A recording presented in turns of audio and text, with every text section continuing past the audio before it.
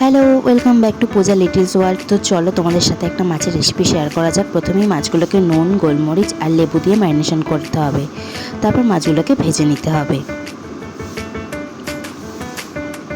ভাজা হয়ে গেলে কড়ার মধ্যে তেল দিয়ে আগে থেকে করে রাখা পেঁয়াজ কুচি দিয়ে দিতে হবে। তারপর ভালো করে নাড়াচাড়া করতে হবে যতক্ষণ না তেল বেরোচ্ছে।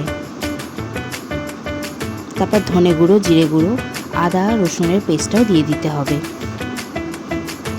তারপর ভালো করে কষা কষা হয়ে গেলে ওর মধ্যে জল দিয়ে দিতে হবে।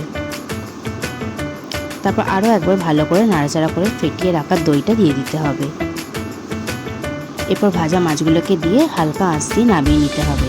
ঘি আর গন্ধরাজ লেবুর রস ওপর থেকে দিয়ে দিতে হবে।